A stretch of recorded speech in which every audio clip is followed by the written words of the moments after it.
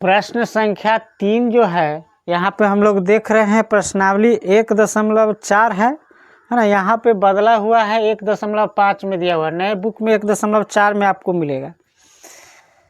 तो question number 3 कह रहा है आपको याद होगा कि पाई को एक वृत्त की परिधि करा कोष्ठ में मान लीजिए C है और उसके व्यास मान लीजिए D है के अनुपात में परिभाषित किया जाता है, अर्थात पाई बराबर C/D है। यह इस तथ्य का अंत विरोध करता हुआ प्रतीत होता है कि पाई अपरिमेय है। इस अंतर विरोध का निराकरण आप किस प्रकार करेंगे? प्रश्न जो आपका है पाई के बारे में कह रहा है कि पाई जो है एक वृत्त का परिधि में यूज होता है ना। तो देखिए यह जो है आपका वृत्त, इसको आप मान लीजिए यह एक वृत्त है, ठीक है, यह वृत्त हो गया। वृत्त में क्या होता है ये प्रश्न में हम बाद में जाएंगे, पहले हम वृत्त के बारे में समझेंगे। तो यहाँ पे एक सेंटर से हम एक त्रिज्या खींचे, इसको क्या कहते हैं R, इसको क्या कहते हैं हिंदी में त्रिज्या, है ना, और R से सूचित करते हैं। वृत्त के मध्य बिंदु से एक हम रेखा खींचे हैं, इस रेखा को क्या कहते हैं त्रिज्या कहते हैं, है ना, ठीक है। यहाँ से किधर भी हम खींच सकते हैं, जैसे ऊपर भी खींच सकते हैं, यह भी आपका त्रिज्या हो जाएगा। इधर खींचेंगे यह भी क्या है त्रिज्या है। किसी भी दिशा में मिडिल पॉइंट से मध्य बिंदु से आप रेखा खींचेंगे वह क्या हो जाएगा त्रिज्या हो जाएगा, समझ रहे हैं। तो यह जो हमने क्या खींचा त्रिज्या खींचा, ये तो आपको बात समझ में आ गया। अगर वृत्त के मध्य बिंदु से खींचा गया रेखा क्या कहलाता है त्रिज्या, क्या कहलाएगा त्रिज्या कहलाएगा, ठीक है। तो एक त्रिज्या इधर और इसी के सामने जस्ट इसको अगर मिला दिया जाए तो यह भी एक त्रिज्या है, यहाँ एक पॉइंट है, एक भाग में यह त्रिज्या है और एक भाग में दूसरा त्रिज्या है, क्लियर। तो ये वाला त्रिज्या और ये वाला त्रिज्या, दोनों त्रिज्या को यहाँ से यहाँ मिला दिया जाए एक सीध में, तो इसका नाम जो है क्या हो जाएगा व्यास, क्या हो जाएगा यह व्यास हो जाएगा, क्या है व्यास है। इस स्थान से इस स्थान को पूरा को इस पूरे मतलब दो त्रिज्या को वृत्त का मिला देंगे तो वह क्या कहलाएगा यह व्यास कहलाएगा, ठीक है। और व्यास को हम लोग D से सूचित करते हैं।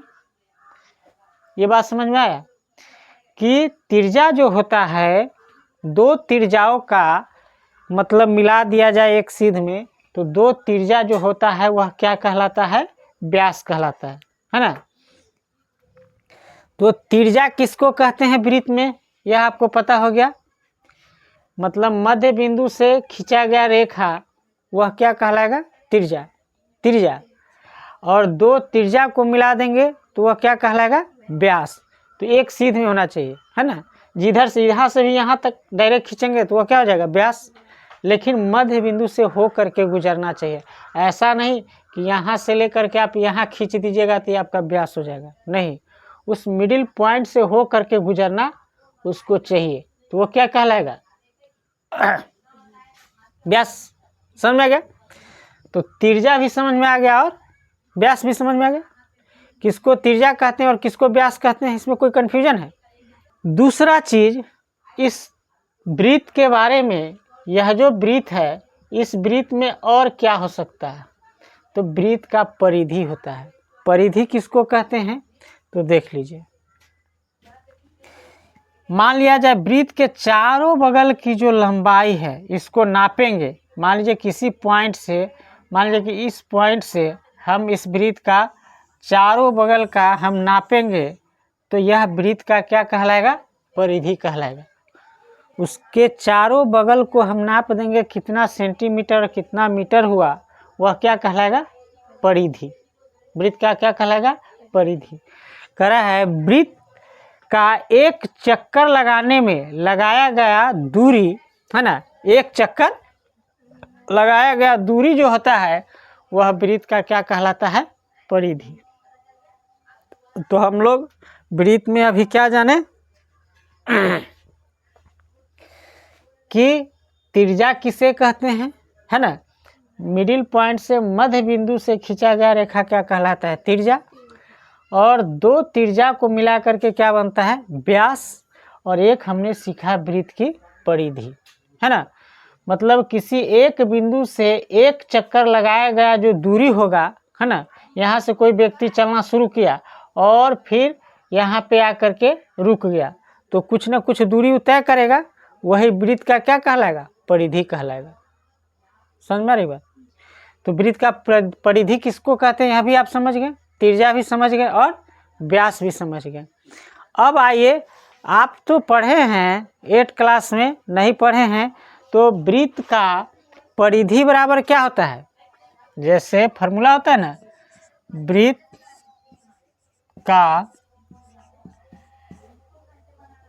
का जो है परिधि बराबर क्या होता है?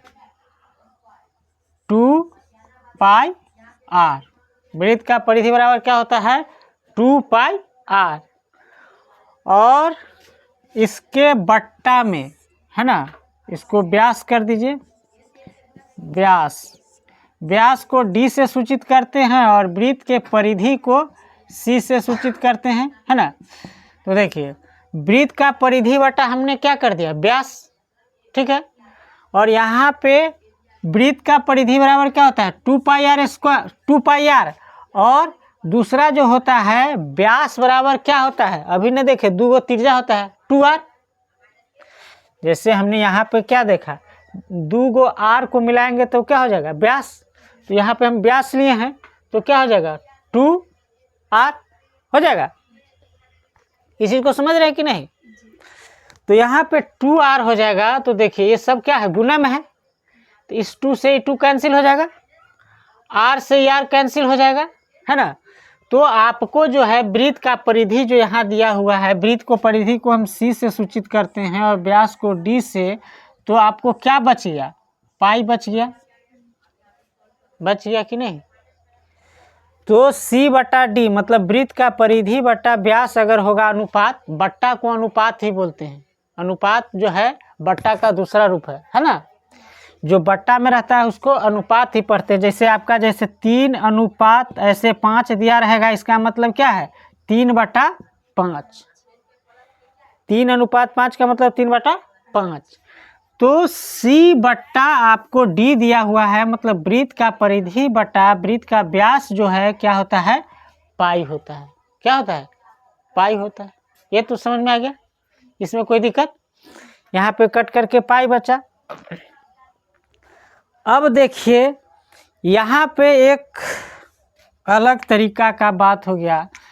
यह जो है यह एक परिमेय संख्या है। क्या है? परिमेय संख्या। यह एक परिमेय संख्या है क्योंकि कुछ ना कुछ तो मान होगा इसका ना, और व्यास का भी कुछ ना कुछ मान होगा। लेकिन यहाँ पे पाई जो है यह कैसा संख्या है? अपरिमेय संख्या है। कैसा संख्या है? अपरिमेय संख्या है।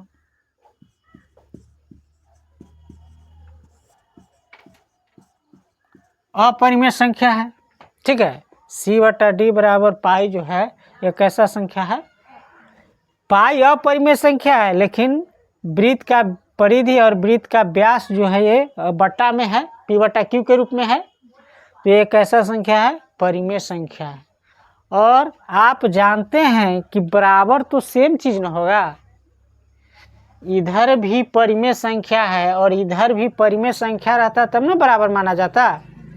तो एक तरफ परिमेय संख्या है और दूसरी तरफ अपरिमेय संख्या है, लेकिन बराबर है, तो कुछ ना कुछ यहाँ पे झोल लग रहा है। नहीं, अगर बराबर है तो एक अपरिमेय संख्या नहीं होना चाहिए, या तो दोनों तरफ अपरिमेय संख्या होता या तो दोनों तरफ परिमेय संख्या होता, लेकिन एक परिमेय संख्या और एक अपरिमेय संख्या संभव ही नहीं है कि बराबर हो जाए। इसका मतलब कुछ ना कुछ इसमें छिपा हुआ है, तो इसको हम पढ़ेंगे, है ना। तो इसमें पढ़ेंगे क्या, जैसे इसमें ये पढ़ा जाएगा, जैसे वृत्त यह दिया हुआ है ना। तो वृत्त का परिधि जो आप नापेंगे, काहे अपरिमेय संख्या और परिमेय संख्या है वो हम आपको बताते हैं। जैसे वृत्त की आप इसको परिधि नापेंगे, मतलब C बराबर नापेंगे, तो C का मान जो है ना, आपको C का मान जो है, C का मान आपका सनिकट आएगा। कैसा आएगा? सनिकट, मतलब लगभग में आएगा। C बराबर कैसा आएगा? सनिकट आएगा, मतलब लगभग में आएगा। हम नापेंगे यहीं से, तो हमको कुछ आएगा, जैसे 3.1 आया, तो आपको ऐसा नहीं है कि 3.1 ही आएगा, 3.1, आपको 3.12 भी आ सकता है। तो लगभग में वृत्त का परिधि निकलेगा। समझ में आ रहा है? वृत्त का परिधि कैसा निकलेगा? लगभग में। तो जब एग्जैक्ट वैल्यू नहीं पता चलेगा, यही वजह है कि दोनों क्या माना जा रहा है? बराबर। और बराबर क्यों माना जा रहा है? क्योंकि हमने यहाँ पे सिद्ध किया है ना, है ना, काट करके हमने दिखाया है कि C/D बराबर पाई बच रहा है। यहाँ तो मैथमेटिकल प्रूफ हो रहा है, लेकिन कुछ ना कुछ बात है। तो बात यही है कि इसे C का वैल्यू जो है एग्जैक्ट नहीं निकलेगा।